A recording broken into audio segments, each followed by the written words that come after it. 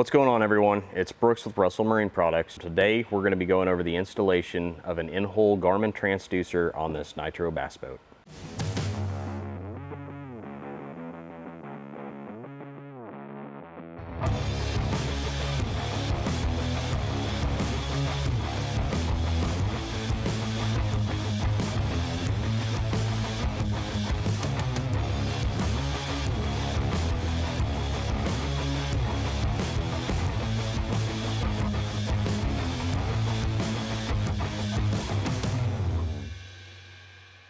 All right, so before we get started, we'll go over some of the tools and materials you're going to need to perform this job.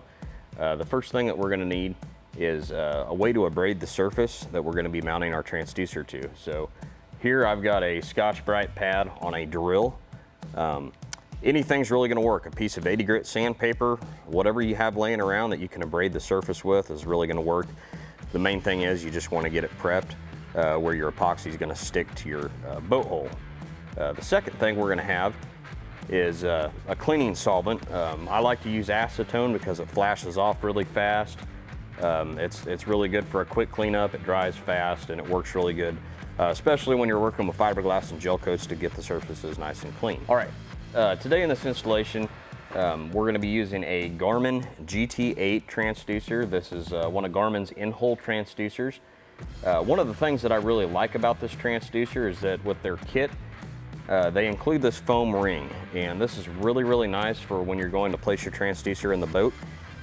They give you this double-sided adhesive tape on the bottom side, so you can stick that down inside the boat, fill that up full of epoxy, and then stick your transducer inside of it. It just kind of helps keep everything in place, which is a little bit of a battle with a lot of the other transducers, holding everything steady while the epoxy dries. Okay, so now that we're up here inside this boat, there's a couple things to take into consideration when mounting this transducer. One of those is that this transducer has a maximum dead rise angle of 6 degrees. So what that means is we need this to be as flat as possible in relation to the boat. I'm talking about up and down. So we have an angle here of probably about 22 degrees that starts about here, comes up, and over here on the other side we have the same. If you're able to see here in the middle, we have a nice flat area. This would be the pad section of the boat. This is where we're going to want to mount this transducer, and that is going to keep the transducer straight up and down and shooting straight down. We also want to be far, as far back to the back of the boat as we can possibly get. That way we get a good bottom reading as this boat's on plane going down the lake. All right, so like I said, there's a number of ways you can do this. Here in the shop, we do like to use a power drill with a Scotch Brite pad. Piece of 80 grit sandpaper is going to work just as good. The main thing is you just want to get it, roughed up.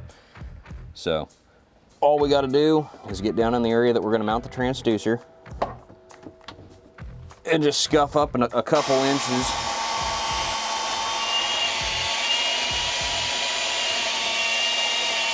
Okay, after we've got our surface scuffed up, the next thing we're going to want to do is get some acetone on a rag, come down here and make sure we get this area completely wiped clean.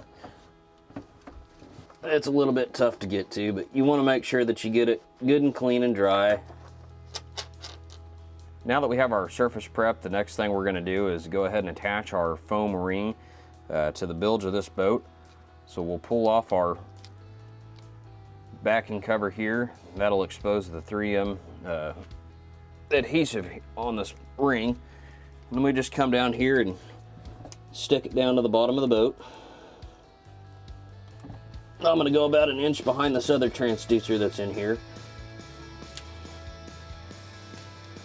Okay, now that we have our foam ring mounted down in the bilge, the next step is going to be to go ahead and mix up our epoxy that we're going to use to fix this transducer down to the bottom. We like to use the JB Weld 5-minute epoxy here at the shop, but really whatever you have access to is going to work. Just a good 2-part epoxy to hold that down. So anyways, like I said, we use JB Weld brand, use whatever you want, not a big deal. We'll go ahead and open this up.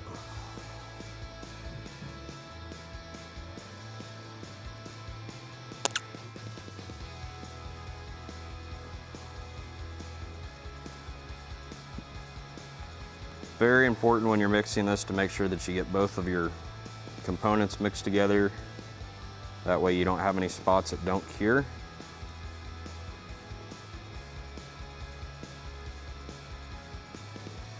You can tell with this stuff when it's completely mixed because it'll start to turn cloudy. So we'll just keep mixing it up.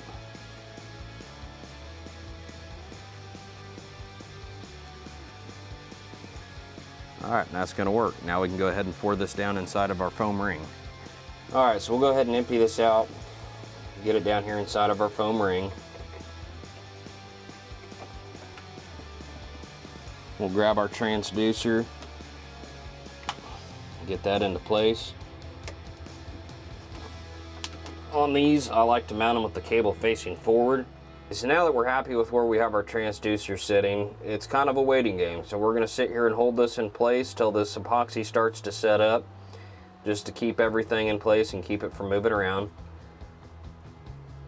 It looks like we got pretty good coverage. You can see the epoxy oozing out of the top of the foam down here. So this thing is completely encapsulated in an epoxy. There's absolutely no way we're gonna have any air voids underneath it that are gonna interfere with our picture. Now that we have our transducer down here in place, it's just a matter of routing cables up to our graph, tidying up some wires and zip tying everything up into place, and putting all of our batteries and stuff back into the bilge compartment. You can see it's not really hard to do. A little bit of surface preparation. Just be patient with it, don't hurry through it. As long as you get your surface clean and get a good abrasion on there where your epoxy is going to bite into the bottom of the boat, you shouldn't have any issues with this. All right guys, that concludes our installation of this in-hole transducer on the back of this boat. One thing I did want to touch on as we're finishing this up is to make sure that you read through the instructions that are included with your transducer before you install it. There's a lot of valuable information in here that can explain things like dead rise and transducer placement. All things that can make your experience installing your transducer a lot easier and a lot more headache-free. So like I said, make sure you read that before you start digging in here and start gluing stuff down. It's going to ensure that your installation is going to go a lot smoother. You're going to get good readings as you're going down the lake. And at the end of the day, that's what this is all about. We want to be able to get a good bottom reading as we're going down the lake. It's the whole purpose of putting this in-hole transducer in. So with that, make sure you like and subscribe to our channel. Have a good day.